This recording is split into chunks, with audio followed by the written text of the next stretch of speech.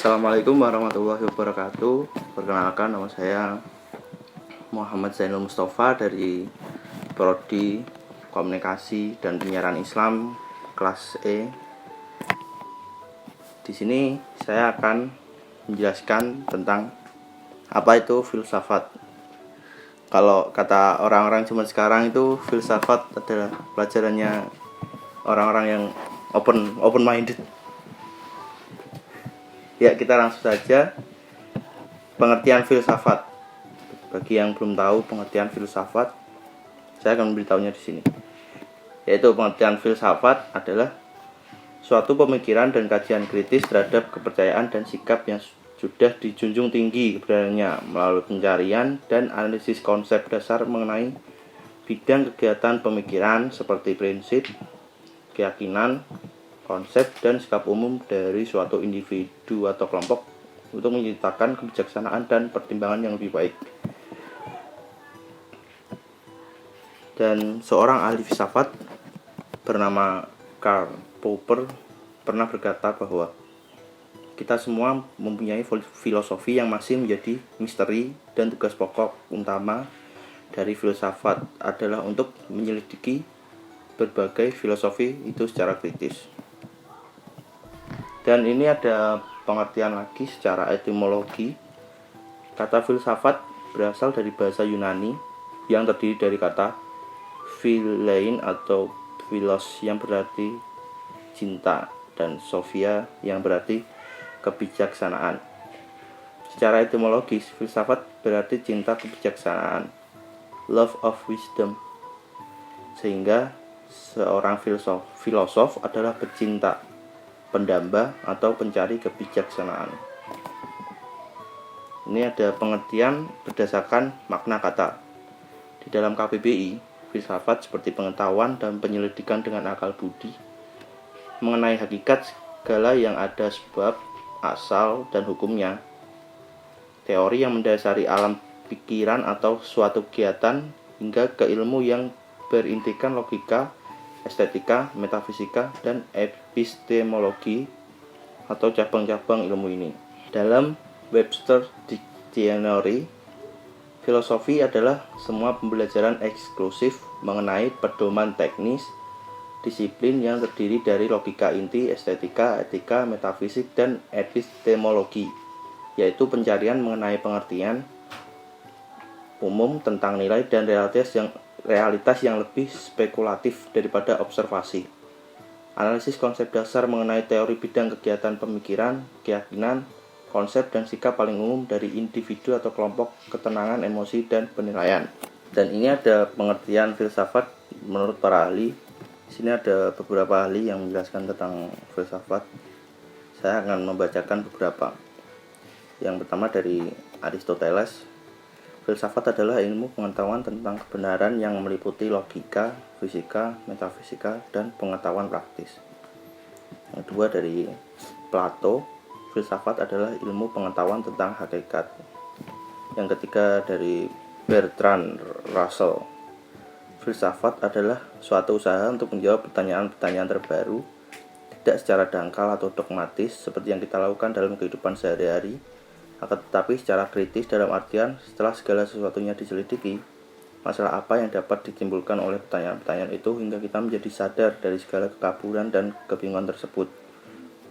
Yang keempat dari Berling, filsafat adalah pemikiran-pemikiran yang bebas, diilhami oleh rasio mengenai segala sesuatu yang timbul dari pengalaman. Dan yang terakhir dari Noto Nagoro berpendapat bahwa filsafat itu menelaah hal-hal yang menjadi objeknya dari sudut intinya yang mutlak dan yang terdalam, yang tetap dan yang tidak berubah, yang disebut hakikat. Nah, ini ada ciri-ciri filsafat. Menurut Nur A.Fadil Lubis, filsafat memiliki 3 ciri utama, yakni 1. Universal menyeluruh, yaitu pemikiran yang luas dan tidak aspek tertentu saja. 2. Radikal mendasar, yaitu pemikiran yang dalam sampai kepada hasil yang fundamental dan esensial. Yang ketiga, sistematis, yaitu mengikuti pola dan metode berpikir yang runtut dan logis meskipun spekulatif. Dan beberapa ahli lain menambahkan ciri-ciri lain, yaitu 1. Deskriptif, yaitu suatu uraian yang terperinci tentang sesuatu, menjelaskan mengapa sesuatu berbuat begitu.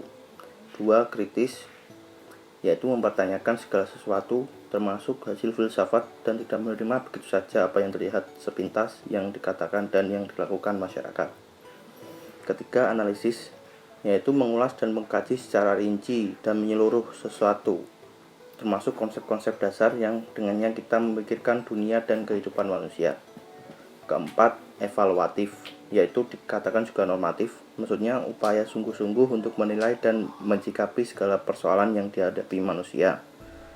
Yang kelima, spekulatif, yaitu upaya akal budi manusia yang bersifat perekaan, penjelajahan, dan pengandaian dan tidak membatasi hanya pada rekaman indera dan pengamatan lahiriah.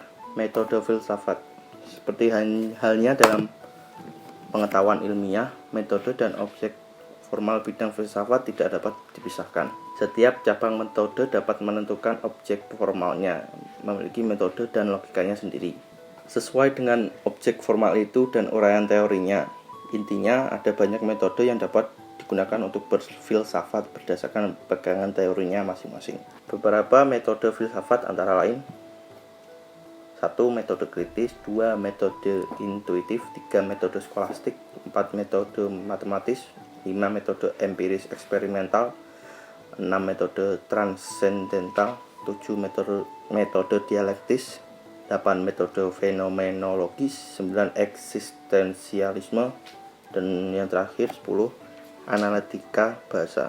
Dan ini adalah kegunaan dan manfaat dari ilmu filsafat. Filsafat adalah akar dari semua ilmu. Pernyataan itu akan memberikan banyak jawaban dari pertanyaan perihal kegunaan filsafat. Tanpa pertanyaan filosofis, tidak akan ada persoalan baru yang harus dipecahkan dan menjadi ilmu yang berguna bagi kehidupan manusia. Masalah adalah salah satu pemicu terbesar dari perubahan. Tanpa masalah, suatu kelompok tidak akan mampu berkembang. Jika manusia terus mengangkat paham kolonialisme, maka perang tidak akan pernah berhenti di muka bumi. Ya, pada masanya, kolonialisme adalah paham yang dianggap tepat guna, sehingga semua peradaban terbesar di dunia berlomba-lomba untuk mengkolonialisasi setiap ujung dunia yang belum terjamah oleh peradaban canggih. Selain itu, mempermasalahkan hakikat persoalan dan mempertanyakan jawaban yang dikembangkan akan membuat kita lebih arif dan bijaksana dalam mengarungi kehidupan dan memahami alam dunia. Contoh manfaat lainnya adalah bagaimana filsafat ilmu membentuk ilmu pengetahuan yang berasal dari hipotesis semata, lalu berkembang menjadi tesis yang dapat dipertanggungjawabkan, hingga menjadi hukum yang terbukti memiliki fakta yang sama kapanpun, dimanapun, dalam konteks apapun. Tesis atau hukum tidak akan pernah terbentuk tanpa hipotesis yang merupakan kegiatan berfilsafat. Filosof memang tidak memberikan peranan secara langsung dalam menyelesaikan hal sehari-hari yang harus diperbaiki dan dikembangkan saat itu juga. Itu adalah tugas dari para teknokrat. Ya, itu adalah sedikit penjelasan apa itu filsafat, kegunaannya, ciri-ciri, dan pengertian dari para ahli. Sekian untuk penjelasan filsafat. Nah, saya Zainul Mustafa. Assalamualaikum warahmatullahi wabarakatuh.